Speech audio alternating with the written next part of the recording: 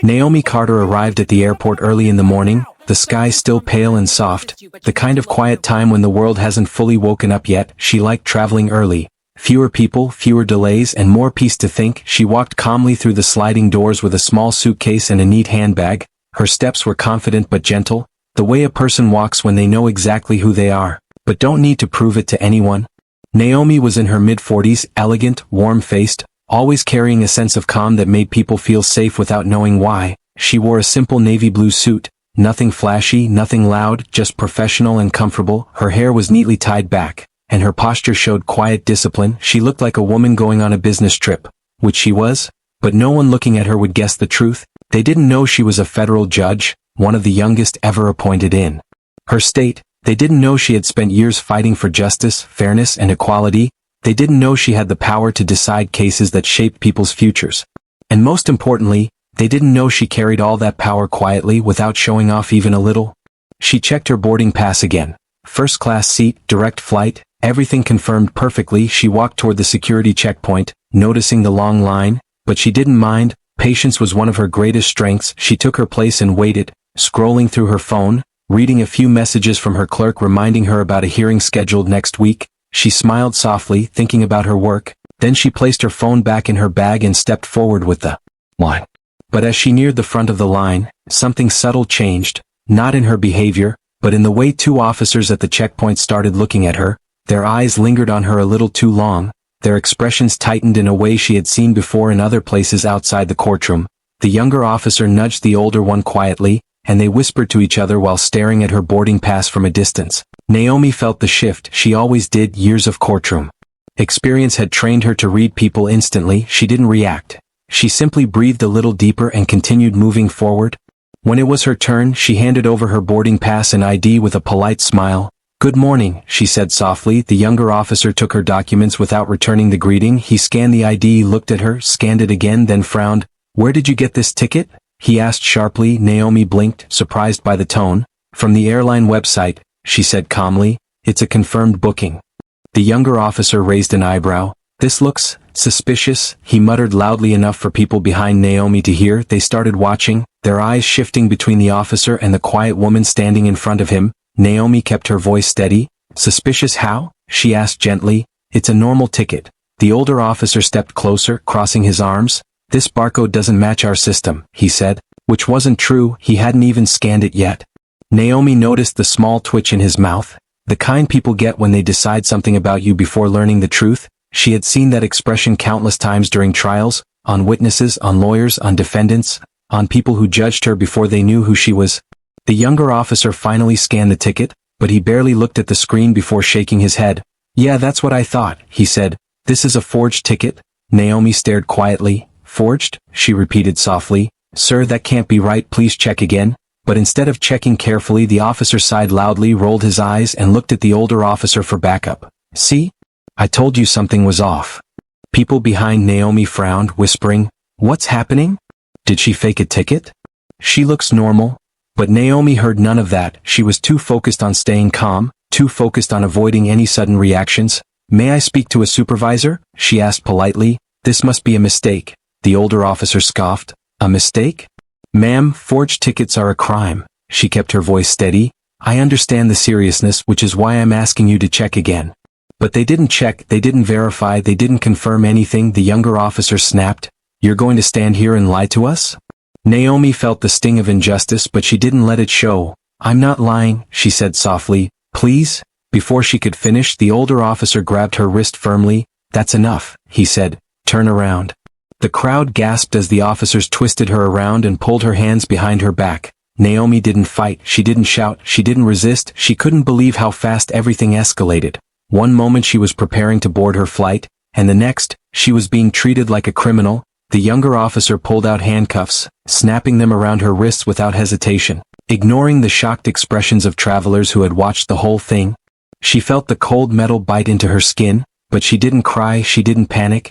She simply said one sentence in a calm, steady voice, a sentence that should have changed everything. "Please, call the airline to verify my ticket." But they didn't listen. They had made their judgment. They had decided her worth. They had chosen their narrative.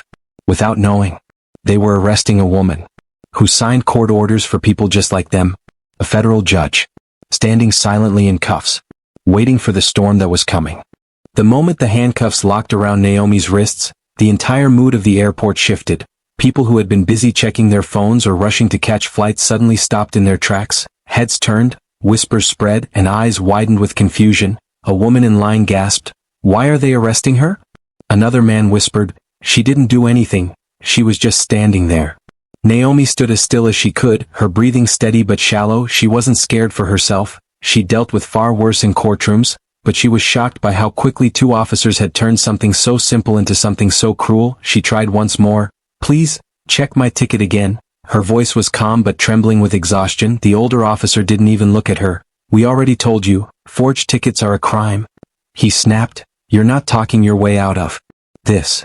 The younger officer tightened his grip on her arm. "Let's go," he muttered, pulling her forward roughly. Naomi stumbled, the metal biting deeper into her skin. As they escorted her through the terminal, the crowd followed, phones held high, recording everything. People murmured, "This isn't right." She didn't resist at all. She asked for a supervisor. Why didn't they call one?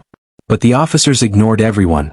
They were too caught up in their own assumptions, too proud to admit they might have made a mistake, too blind to see the growing anger around them. The younger one smirked slightly as he pushed Naomi into a small holding area near the back of the security checkpoint.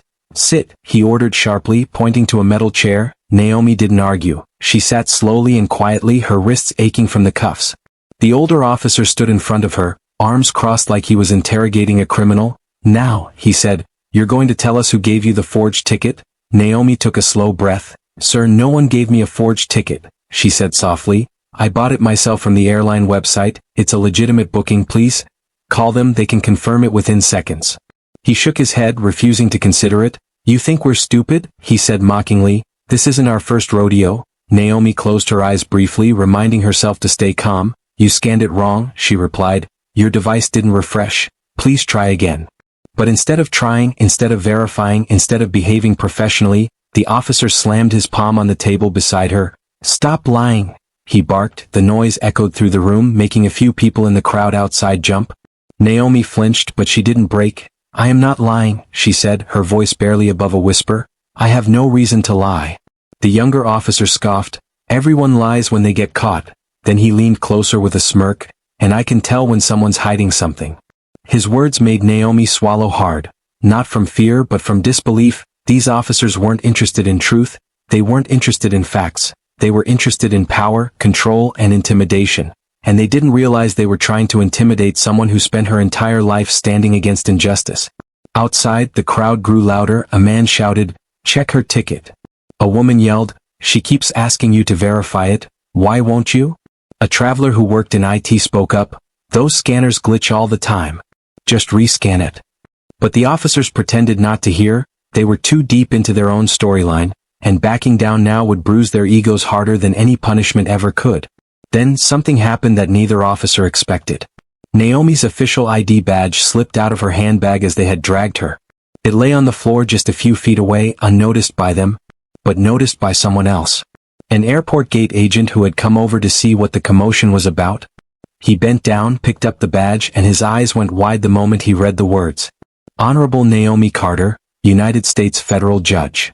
His face drained of color. He looked from the badge, to Naomi in handcuffs, to the officers yelling at her, then back to the badge again. His mouth fell open in shock. He rushed toward the holding room like his life depended on it.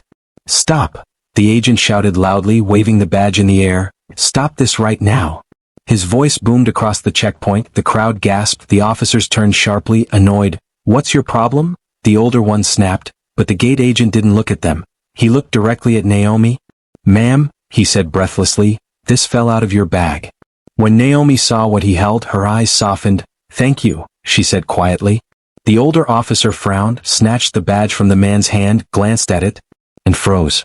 His mouth dropped open, his eyes widening, his face turning pale white. The younger officer grabbed the badge too, and almost dropped it when he read the title. Both men froze in place. Hands shaking. Breath stopping. Mind collapsing under the weight of the truth. They hadn't arrested a woman with a forged ticket. They had arrested a federal judge. One of the highest-ranking legal authorities in the state. A woman with the power to ruin their careers with a single stroke of her pen. And they had handcuffed her, mocked her, shouted at her, humiliated her. In front of the entire airport. The older officer whispered, voice trembling, "Oh, no, no, no, no." The younger officer took a step back, feeling his knees weaken. And outside the room, the crowd erupted in disbelief. Because now they all knew. The officer's mistake wasn't just bad. It was catastrophic. For a long, tense moment, no one in the holding room moved. The two officers stood frozen with the federal judge's badge in their hands, staring at the words like they were written in fire. The older officer's mouth opened and closed silently, his mind scrambling for an explanation that didn't exist. The younger one took a shaky step backward, his knees trembling as if the floor beneath him had suddenly become unstable. The crowd outside watched the officers' faces change from arrogance to confusion to absolute fear. A woman whispered, "They just realized who she is." Another man leaned forward, "They're done, they're done." Phones zoomed in, recording every second of their unraveling. Naomi sat quietly in the metal chair, her hands cuffed behind her, her breathing steady but heavy. She didn't smirk, she didn't celebrate, she didn't humiliate them the way they humiliated her. She simply met their terrified eyes with a calm expression that somehow made their fear worse. Finally, the older officer tried to speak, but his voice cracked. Judge.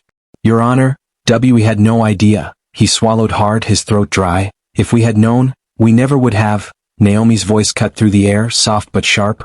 "You never would have what?" she asked. "Arrested me? Ignored me? Treated me like a criminal?" Her tone wasn't loud, but it carried the weight of a courtroom gavel. The officer looked down, his face red with shame.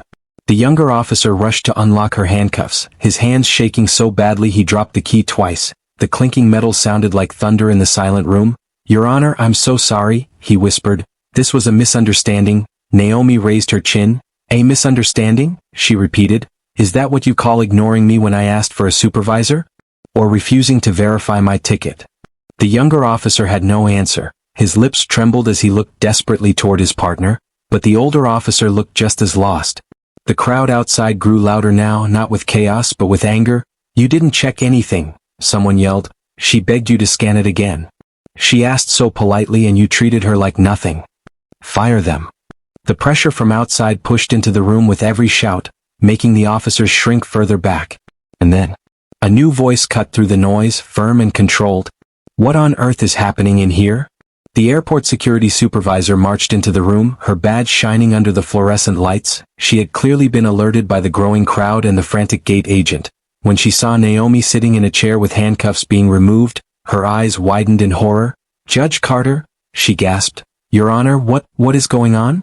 Naomi didn't speak. She let the supervisor see it with her own eyes, let her look at the terrified officers, the angry crowd, the metal cuffs lying on the table, and the supervisor understood immediately, her face drained of color. She turned sharply toward the officers. "You arrested a federal judge?" she demanded. "On what grounds?" The older officer stammered. "We thought, the ticket, it looked fake, and she, did you scan it properly?" The supervisor snapped. "Did you call the airline? Did you verify anything?" The officers couldn't even look at her, they shook their heads weakly. The supervisor's expression hardened. "Do you realize what you've done? Do you realize the severity of this?" The crowd behind the glass nodded, murmuring, "Tell them. Hold them accountable." The supervisor turned back to Naomi, her voice soft and respectful. "Your Honor, please accept my deepest apologies. This should have never happened." Naomi nodded once, her voice still calm. "I asked them to check," she said. "They refused."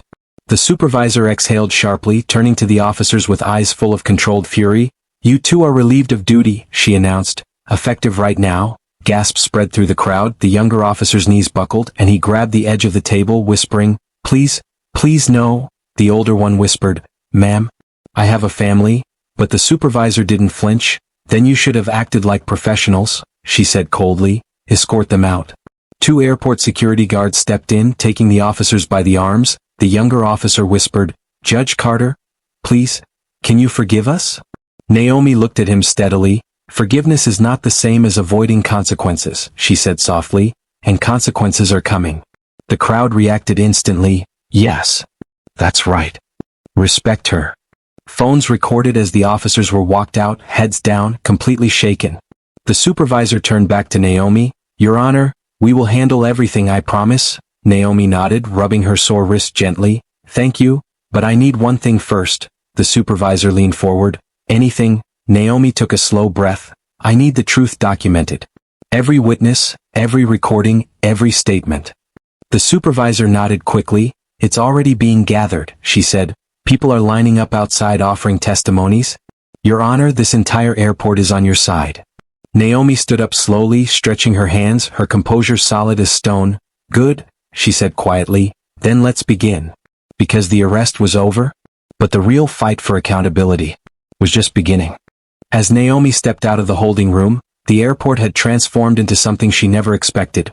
What was once a busy, rushing crowd of travelers was now a tense gathering of angry witnesses. People stood shoulder to shoulder, phones raised high, whispering loudly as they watched the woman who had been handcuffed for no reason just minutes ago. But when they recognized who she truly was, their whispers turned into a silent wave of awe. It's her? She's the judge. She's a federal judge? No way they arrested a judge.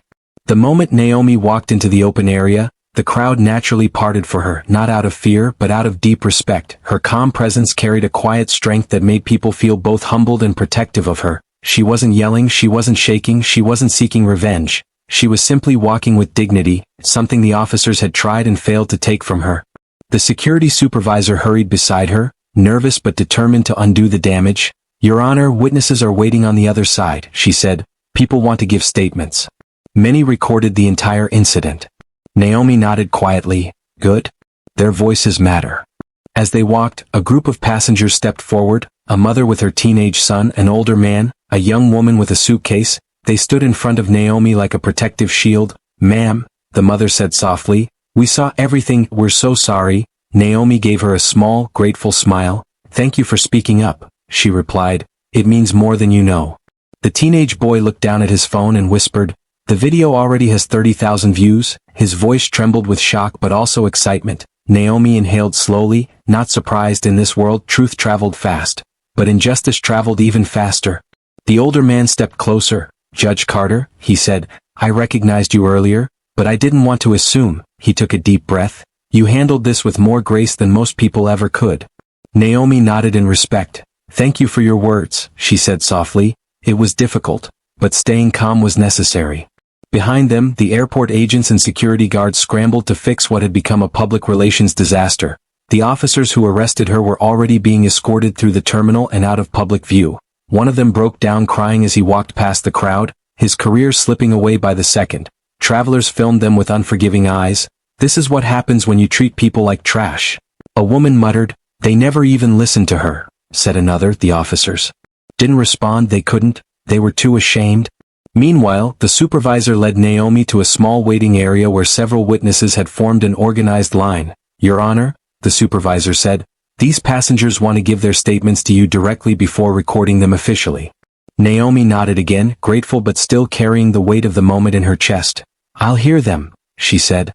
The first witness, a middle-aged woman, spoke with shaking hands. I heard her ask you to scan the ticket again, she said. I heard her ask for a supervisor, they just ignored her. Naomi listened carefully, offering a warm, steady presence to the frightened woman. Thank you, she said. Your honesty matters. The next witness was a man in a business suit. I travel every week, he said. Tickets glitch all the time but they didn't want to check. They wanted to be right, that's the difference. Naomi nodded, the man's words echoing something she had seen often in courtrooms. Ego over truth. More people came, offering pieces of the story, confirming Naomi's calm responses, the officer's rude behavior, and the moment she was handcuffed without cause. The supervisor wrote down every detail with growing anger in her eyes. She finally looked up at Naomi. We are filing a full report, she said, and those two won't work another minute in this airport. Naomi smiled very slightly but her voice stayed thoughtful. This isn't about destroying careers, she said. It's about preventing this from happening to another person. The supervisor nodded with respect. And it won't, she replied, not after today. But the situation was far from over. Because outside this small waiting area, the story had already reached the airport director. He stormed down the hallway wearing a suit, sweating and red-faced from stress. Where is Judge Carter? He demanded. The supervisor pointed toward Naomi, and the director rushed forward, nearly tripping over a chair. Your Honor, he said breathlessly, on behalf of the entire airport, I want to apologize personally, deeply, for what happened. Naomi looked at him with steady eyes. Thank you, she said, but I need more than apologies. The director swallowed hard. Anything, he said quickly. Tell us what you need and we'll do it. Naomi folded her hands calmly. I need system changes, she said. Training, accountability, real checks, not assumptions. And I need transparency. Today cannot be covered up. The director nodded vigorously. It won't be, he promised. I'll make sure of it. Then something unexpected happened. A soft clap began from the crowd. Then another, until the entire terminal was filled with applause. People clapped for her strength, for her calm, for her voice, for her dignity under pressure. Naomi didn't smile widely or soak in the moment. She simply closed her eyes for a brief second, letting the sound wash over her. A reminder that kindness and truth still existed in the world, even in painful places. The applause faded into murmurs as the director added quietly, Your Honor, the news is here. Reporters are asking for a statement. Naomi opened her eyes, her calm returning like a steady tide. Then let's speak the truth, she said, clearly and publicly. And with that, Judge Naomi Carter prepared to walk into a storm that the officers had created, but she would finish with dignity and undeniable strength. Naomi followed the airport director through the long hallway, her steps steady, her breathing slow, but her eyes sharp and focused. She had been calm during the arrest, calm during the humiliation, calm during the apologies, but now she needed something stronger than calm. She needed clarity, because the next people she would face weren't confused travelers or panicking officers. They were reporters. And reporters meant the truth was about to travel far beyond the airport walls.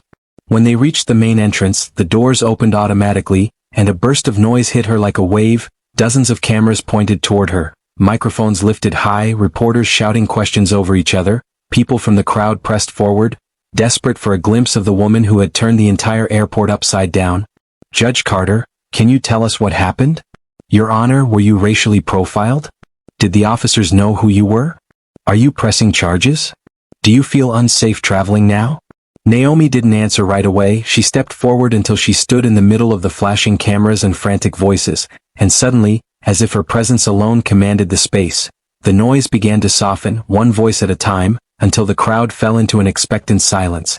The airport director stood behind her awkwardly, looking overwhelmed, but Naomi didn't rely on him. She didn't need anyone to speak for her. She lifted her chin slightly and spoke with a steady, gentle voice that carried more power than shouting ever could.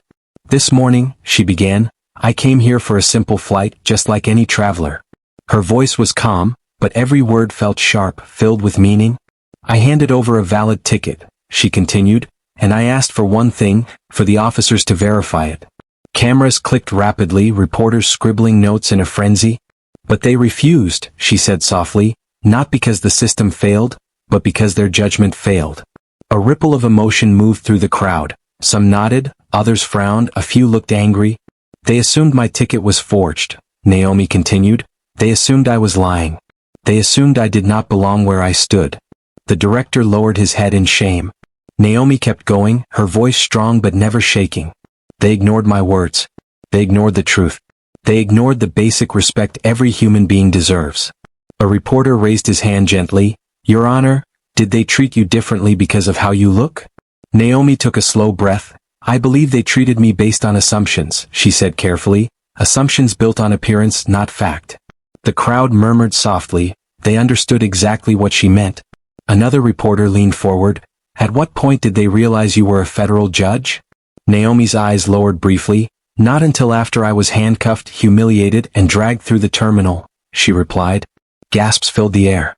She glanced at the director, then added quietly, and that is the point, I shouldn't need a title to be treated with dignity. Those words hit harder than anything she had said before. People felt it, in their chest, in their throat, in the space where truth meets discomfort. A woman in the crowd wiped tears from her eyes, whispering, God bless her. Then came the next question, whispered but heavy. Your Honor, what do you want to happen now? Naomi paused, the cameras zooming in closer. The entire airport seemed to hold its breath. I want accountability, she said, not anger. The crowd nodded, absorbing her calm power. I want training, not excuses. Reporters scribbled faster. And I want every person, no matter their race, gender, or appearance, to be treated with respect before their identity is known. A long silence followed, not because the reporters were confused, but because they were moved. Naomi Carter hadn't shouted, hadn't cursed, hadn't demanded punishment. She had simply spoken the truth in a way that pierced through noise, ego, and politics. Then slowly a reporter lowered his mic and said softly, "Thank you, Your Honor." And another, "We needed to hear that." And another, "You handled this with so much grace." Suddenly the crowd outside the terminal began clapping. Not loud, chaotic clapping, but slow, sincere, emotional applause, the kind that spreads from one person, to 10, to 50, until the entire front area echoed with it. Naomi didn't bow or smile widely, she just nodded gently, appreciating the respect without letting it control her. The airport director stepped forward, his voice cracking slightly. "Judge Carter, as of today, a full investigation is underway. The officers involved have been removed from duty, and the airport will cooperate with federal authorities." Reporters captured every word. Naomi simply nodded. "Good," she said, "let the truth guide the next steps." As she turned to walk back inside, the crowd parted again. People whispered, "She's incredible." She stayed so calm. "That's a real leader." And Naomi Carter walked away quietly. Not as a victim. Not as a symbol. But as a woman who stood for dignity. Even when dignity was stripped from her. But inside the airport, another storm was forming. Because the video of her arrest had just reached national news. And the country was about to react.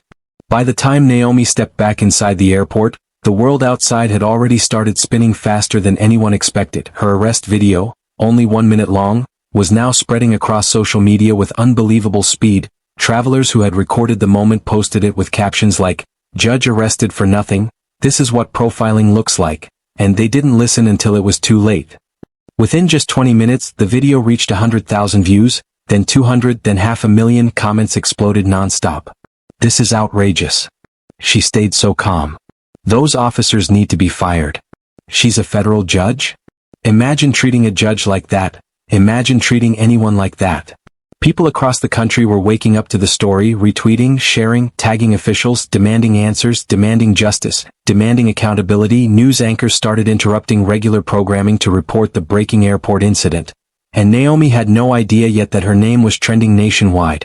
Back inside the airport, Naomi walked through the terminal with the supervisor close beside her. Every few steps, someone approached quietly. "Your Honor, thank you for staying strong. We support you. We're so sorry this happened." Naomi nodded respectfully each time, but her heart felt heavier, not lighter. She didn't want praise. She wanted fairness. She didn't want applause. She wanted change. As she reached a quieter hallway near the administrative office, the airport director hurried up behind her, his phone pressed to his ear, his forehead dripping with stress. "Yes, Senator, she's safe," he said. "Yes, sir, it's true." The officers jumped to conclusions. "No, sir, she didn't do anything wrong." He ended the call and exhaled, wiping his face. "Judge Carter? Washington is calling," he muttered. "Everyone is calling." Naomi blinked in surprise. "Washington?" she asked softly. The director nodded. "Your colleagues, state officials, even a few federal offices, they all want to speak with you or send support." He shook his head, still stunned. "Your story has gone national, Your Honor."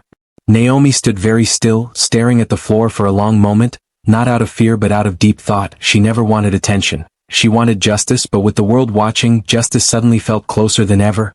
As they walked toward a private room for her to rest, her phone buzzed again and again, messages flooding her screen. "Naomi, are you okay? Please call me, we saw the video. We're outraged. Anything you need.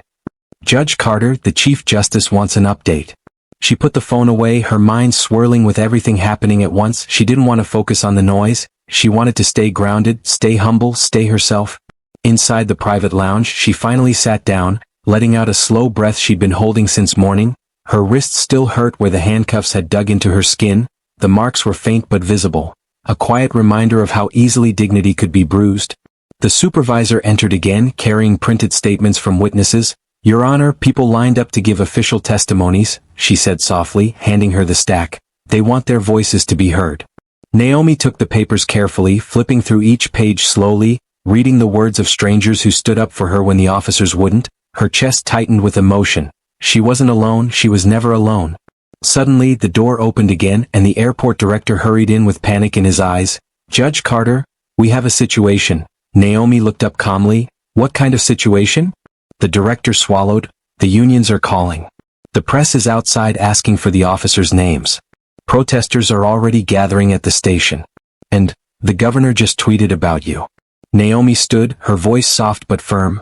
Then we need clarity, not chaos. The director nodded quickly. Yes, Your Honor, but the officers, they're refusing to speak without legal counsel. Naomi closed her eyes briefly. And they have that right, she said, but their silence won't stop the truth. Just then her phone rang, not buzzed, not beeped, but rang. She saw the caller ID and her breath caught slightly. Chief Judge Harrison. Her superior. Her mentor. The highest judicial authority in her circuit. She answered immediately, This is Naomi? His voice was deep, controlled, but layered with concern. Naomi, we all saw it, he said. Are you safe? Yes, she replied. I'm okay now. There was a long pause, then he said quietly, This will not be ignored. The entire judiciary stands with you. Naomi felt her eyes warm. Thank you, she whispered. I only want fairness. And fairness, he said, you shall have. When the call ended, she felt something strange. Not relief, not victory, but a heavy responsibility settling on her shoulders. This wasn't just her story anymore. It had become the story of countless people who experienced the same injustice but never had cameras to capture it, never had crowds to defend them, never had a title to protect them. And Naomi knew what she had to do next. She stepped out of the private room and walked back toward the terminal where people were still gathered, still whispering, still filming. The supervisor rushed behind her. Your Honor, where are you going? Naomi looked forward, her voice steady. To speak again, she said, not as a judge, but as a person who lived through this. Because justice needed a voice. And today, hers was the one the world was ready to hear. When Naomi stepped back toward the terminal entrance, the entire airport felt like it had changed into something else. Not a travel place, but a stage where truth was unfolding in real time. People who had been waiting for flights were no longer thinking about their destinations. They were watching her, their phones pointed at her, their eyes following her every movement. The air was thick with anticipation, curiosity, and something stronger than both, respect. The supervisor walked a few steps behind her, worried. Your Honor, you don't have to do this, she whispered. Naomi glanced over her shoulder, her expression calm. I do, she said softly. People deserve to hear what really matters.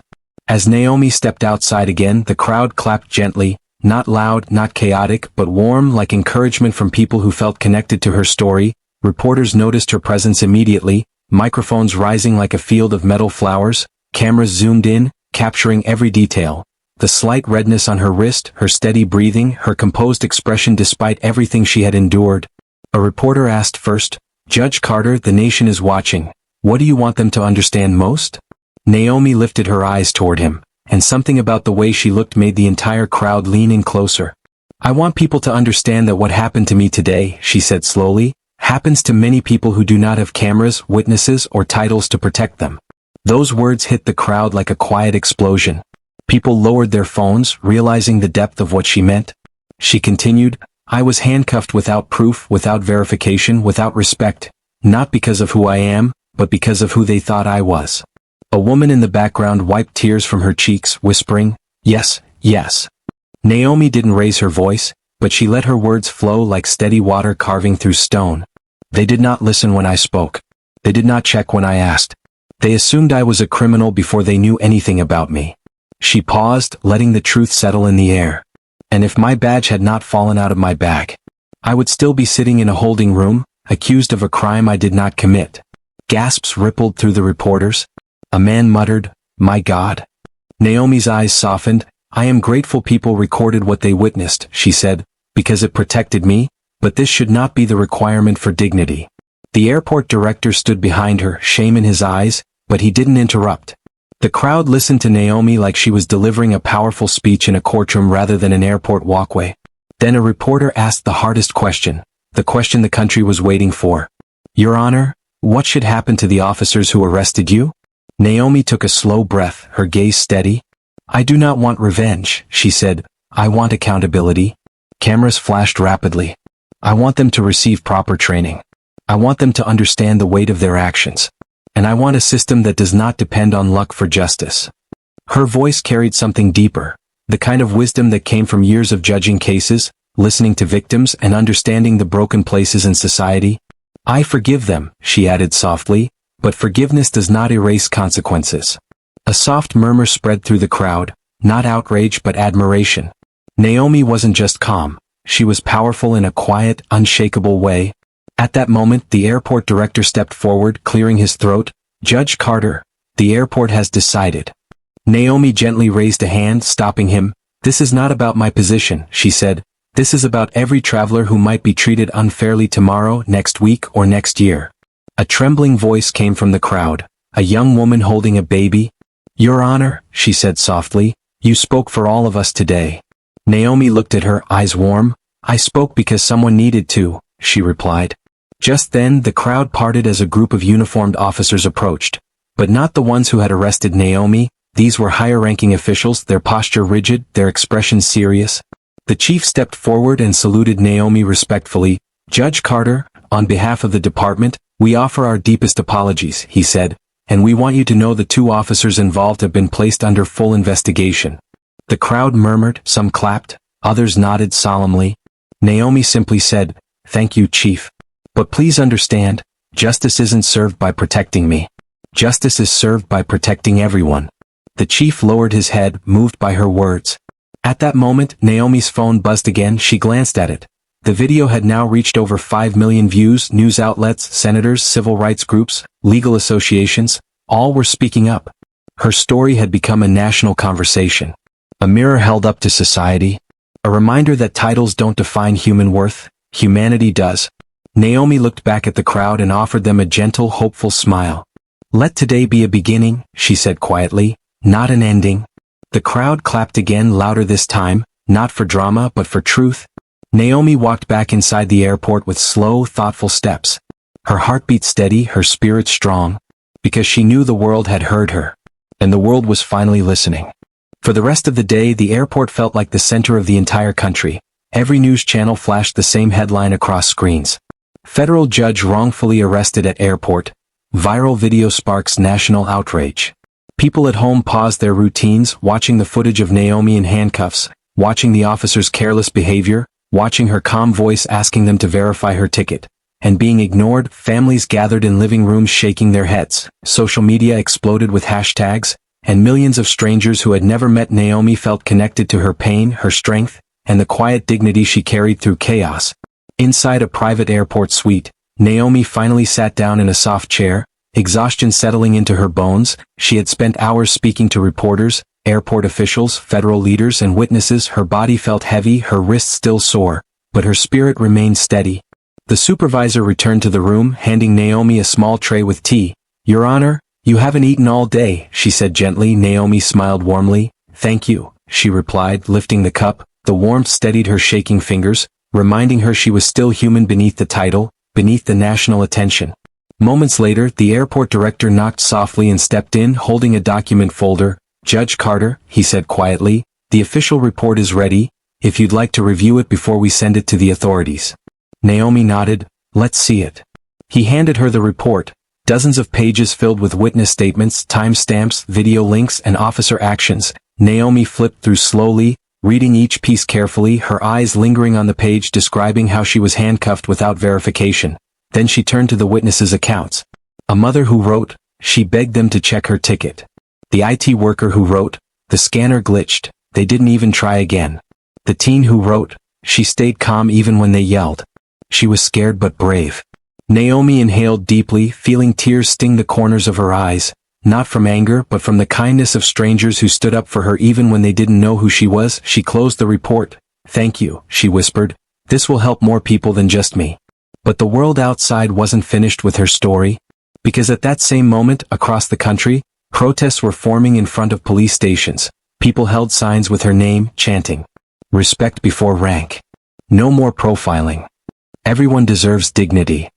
Legal organizations released statements declaring her arrest a wake-up call. Senators demanded federal review of airport policing policies. Civil rights groups asked her to lead national discussions, and the judiciary, her own community, stood behind her unanimously. She had become the symbol of a bigger issue, a story that broke through fear and silence and made people finally talk, finally reflect, finally demand change. The door opened again and the airport director stepped in with one more update. "Your Honor," he said, "the 2 officers are waiting in another room." Naomi looked up slowly. "Waiting?" He nodded. "They're requesting a chance to apologize. They said they won't leave until they do." Naomi closed her eyes for a moment, thinking deeply. "All right," she said finally, Bring them in. A few minutes later, the door opened again and the two officers walked in, no longer in uniform, no longer confident, their shoulders drooped, their eyes red, their hands trembling. They looked nothing like the men who had handcuffed her earlier. They looked like men who finally realized the weight of their actions. The older officer spoke first, his voice cracking. Your Honor, we are so sorry. Tears lined his eyes. We didn't listen, we didn't check. We acted out of assumption and pride, not professionalism. The younger officer added, you asked us calmly, and we ignored you. We treated you like a criminal, when you weren't. We hurt you, we embarrassed ourselves. We're ashamed. Naomi listened quietly, her expression unreadable but gentle. You didn't hurt me because I'm a judge, she said softly. You hurt me because I'm a person. Both men lowered their heads, tears dripping onto the floor. But, she continued, I accept your apology. The men gasped softly, surprised. But understand, forgiveness does not mean forgetting, Naomi added. You must learn from this. You must do better for every person who stands in your path tomorrow. The older officer nodded vigorously, crying harder now. We will. I swear we will. They left the room with heavy, quiet steps, changed men, humbled men. And Naomi sighed, a long, heavy breath, feeling the emotional weight begin to loosen around her heart. Hours later, after everything was done, Naomi finally boarded her flight, the same flight she was supposed to board that morning. Passengers stood as she walked down the aisle, some whispering, That's her? She's so strong. God bless her. When she sat in her seat, the woman beside her turned and said softly, Your Honor, thank you for staying calm when so many others would break. Naomi smiled, exhausted but grateful. We all break, she said. What matters is how we heal. As the plane lifted into the sky, Naomi looked out the window, watching the clouds drift slowly past. She knew her life had just shifted. She knew her story had touched millions. And she knew change was finally beginning. Not because she was a judge. Not because she had a title. But because she carried her truth with dignity. And the world could no longer ignore it.